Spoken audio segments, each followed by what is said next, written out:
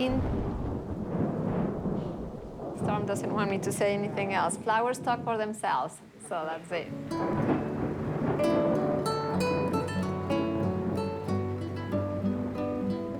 Arranging flowers is a very meditative process for me, and with the sound of the rain it's even better, so I just love doing this centerpiece. With this one, we're gonna explore with more layers, more flowers, more movement, and we're gonna have so much fun doing it.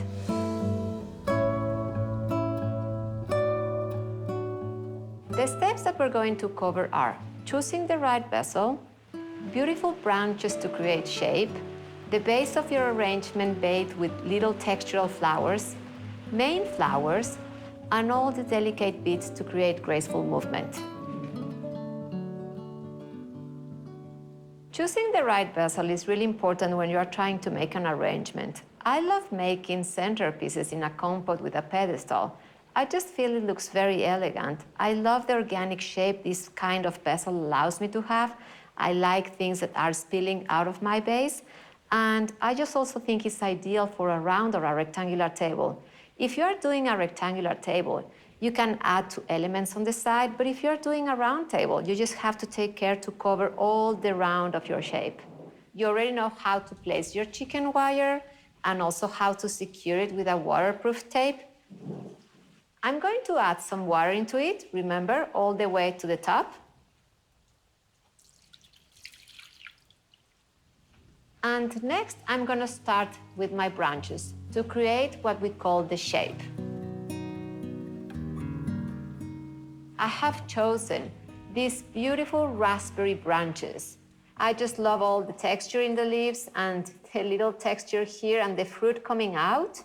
If you don't have raspberry, you can use tomato vines, you can use anything with fruit. And the first thing I'm going to do is create the shape. So remember, we want something coming up and something going down to create this very graceful shape, almost like the branches of a tree. I love this one. I think it's really beautiful. So I'm going to try to place it in a position where you can see the texture and you can see all these little details. And I think I like it there. And I'm going to grab this one because it has this very beautiful curve that I'm going to use to create my high point. I think that's going to be fine, except for one thing. I don't want these 2 points to compete. So I'm going to cut this little branch to make this shape a little bit more dramatic, more open. So I'm going to get rid of this one, and that's going to make a difference between this height and this. Now I'm going to place these beautiful raspberries. I just love adding fruit into my arrangement. And I think somewhere around here will be pretty. I really want to see them. And I want to make sure that I don't cover them after with my flowers. Every time you add something like a fruit, it's going to be quite heavy, you know? This branch has to support a lot of weight, so you just be mindful of where you place it inside the chicken wire. So you might want to cut it quite short, you know, somewhere around there. And make sure that this one goes into a place where it's really secured inside your chicken wire. And it's just so pretty to have it hanging there. Now that we have created shape, we are ready to move to our second layer, which is the base of our arrangement. We're going to use yarrow. You know, it's my favorite. But if you don't have yarrow, you can have any flower that is small and you feel that can support your delicate stems. We're going to cut these ones very short. Don't be afraid to cut them quite short because we want to cover some of the mechanics with it. And then just place it inside my base. Always looking for different levels, always trying to create movement. I'm going to go from one side to the other side, adding these very textural flowers. Anything with a lot of texture will look great in this layer. That's it. Now I'm ready to move to the third layer, which is placing my main focal flowers. When using a bigger flower like this one, you have to be really careful when you want to place them, you know? It's not so easy to place these flowers without taking all the attention of the rest of the arrangement into them. So I'm going to play with them somewhere around here, you know? just outside of my arrangement. I'm gonna place the first one of my café au laits. I think that's just perfect.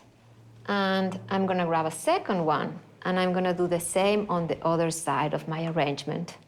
So I'm just gonna cut a little bit to refresh the stem and come somewhere around here and just place it.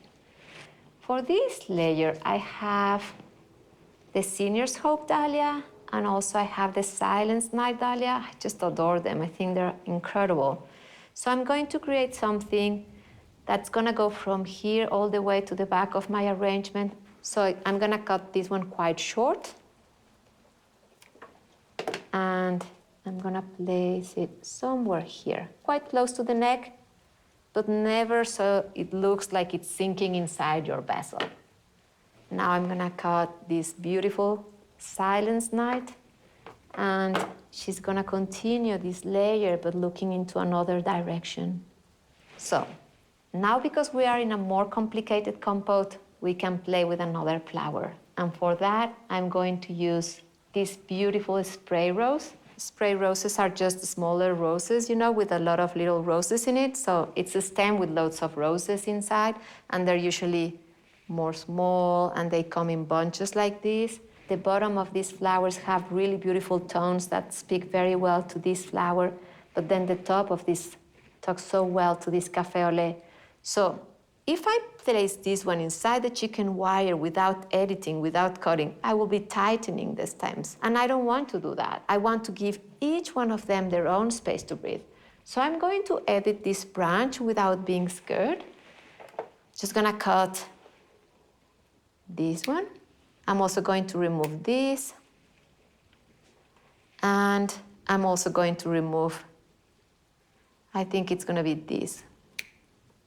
So I'm gonna place this rose somewhere outside here. Instead of placing roses everywhere in my arrangement, I want to create something that feels like a river of flowers, something that goes from here, goes all the way to here, and ends up here, always in different levels. When you're using spray flowers, don't be afraid to touch them, don't be afraid to open them. Some spray roses are so flexible, and they really allow for you to touch them and, you know, just showcase the center of them. And the tones that you will discover inside these flowers is just incredible.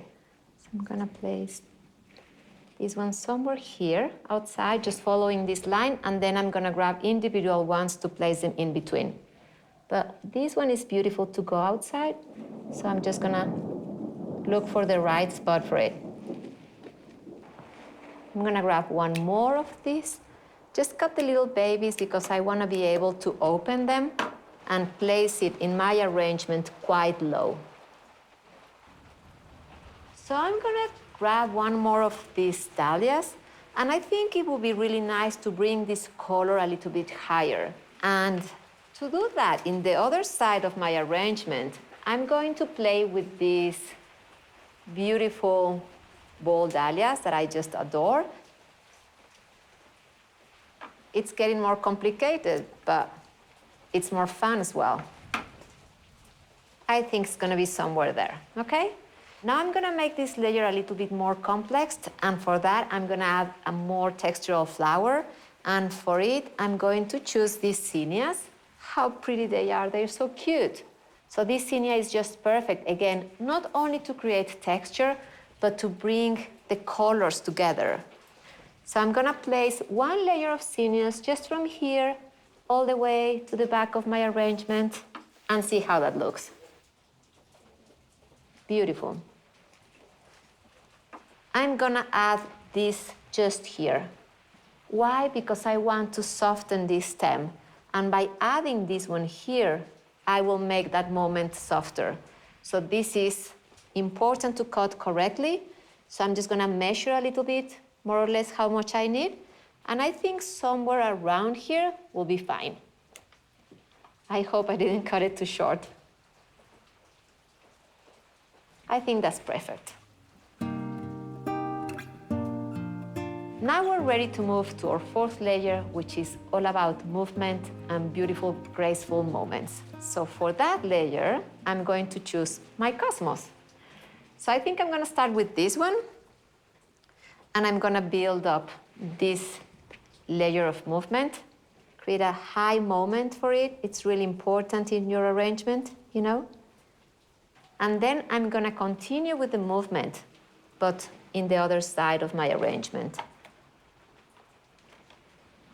I just really want this zinnia to come somewhere around here. I just think it's gonna make it even more beautiful, and trying to find the right spot for it. It's beautiful. So what you're gonna do at this stage is to step back of your arrangement and look for the neck of your vessel, because you are designing from this angle. But the truth is that this arrangement is meant to be for someone that is sitting. So I'm gonna come and dress the neck of my vessel by adding one more stem here.